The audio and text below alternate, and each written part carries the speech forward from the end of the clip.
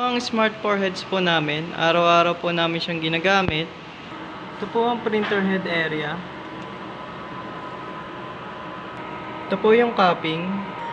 Ganito naman po ang pag-head pin.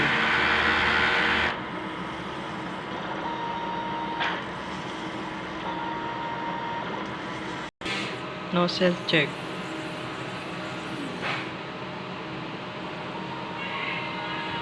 Diyan po yung waste tank, kapapalit lang ng Sabado. ABR at ABR plug. Ang ink level ng ink system namin ay tama lang. Diyan po yung ink tank. Dito naman po yung aming ink use, maayos. Dito naman po yung stock namin ng ink unused. Dito naman po yung stock namin ng Sable paper. Sa consumable naman po, ito yung na-consume ko sa 44. Ito naman po sa cyan. Sa magenta naman po, ito. Sa yellow, black.